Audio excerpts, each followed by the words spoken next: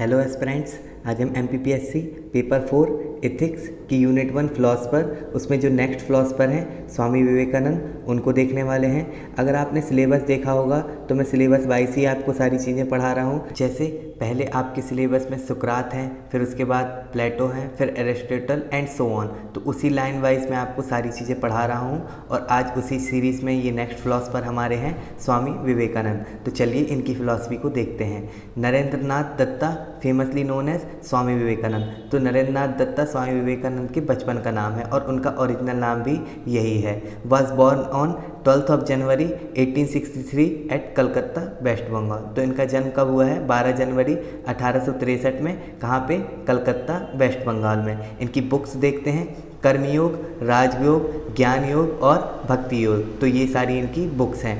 On 11 September 1893 he delivered his world famous speech in the parliament of world religion eight Chicago, USA। तो 11 सितंबर 1893 को उन्होंने सबसे उनकी जो फेमस स्पीच है वो दी थी। कहाँ पे? शिकागो, USA में। अब इनके कुछ कोट देख लेते हैं। अगर आप ये कोट वहाँ पे पेपर में मेंशन करेंगे तो डेफिनेटली आपको अच्छे मार्क्स मिलेंगे। पहला है strength is life and weakness is death. Second है arise awake and stop not till the goal is reached. Next है he was deeply hurted by the poverty and backwardness of India and said that a hungry valley can not create a spiritual mind. तो वो India की poverty यानी कि गरीबी और backwardness, जो हमारे लोग इतने पीछे हैं, पिछड़ापन से बहुत दुखी थे और वो कहते थे कि अ हंग्री वैली मीन्स जब तक हमारा पेट भूखा है तब तक हम अपना माइंड को स्पिरिचुअल या आध्यात्मिक नहीं बना सकते।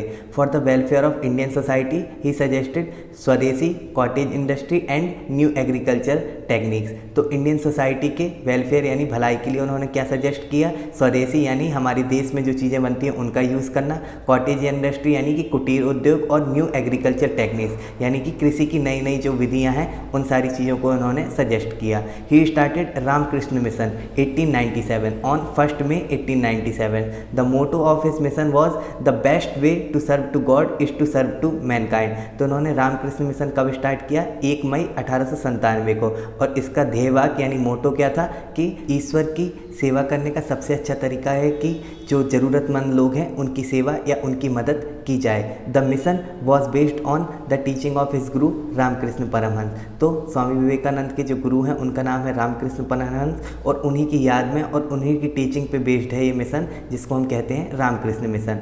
On education he said that education should be such which form character, increase strength of mind and enable a person to stand on his own feet. तो ये कहते हैं ये ऐसी एजुकेशन या शिक्षा पे भरोसा करते हैं जो क्या करे? कैरेक्टर, जो हमारा चरित्र है उसको सुधारे, हमारा स्ट्रेंथ है उसको बढ़ाए और हमें एक ऐसा इंसान बनाए कि हम अपने पैरों पे खुद स्वयं खड़े हो सकें। नेक्स्ट है he reminded Indians of their glorious past and tradition and guided them to make a peaceful and beautiful nation. तो उन्होंने क्या, इंडियंस जो हम भारतीय हैं इनको हम लोगों को हमारे ग्लोरियस यानी कि जो गौरवपूर्ण हमारा इतिहास है और जो हमारी गौरवपूर्ण परंपरा रही है उन सब चीज़ों को याद दिलाया और गाइड किया हमको कहाँ पे क्या बनाने के लिए? हमको एक ब्यूटीफुल यानी कि खूबसूरत और शांतिपूर्ण देश बनाने के लिए हमको उन्होंने गाइड किया।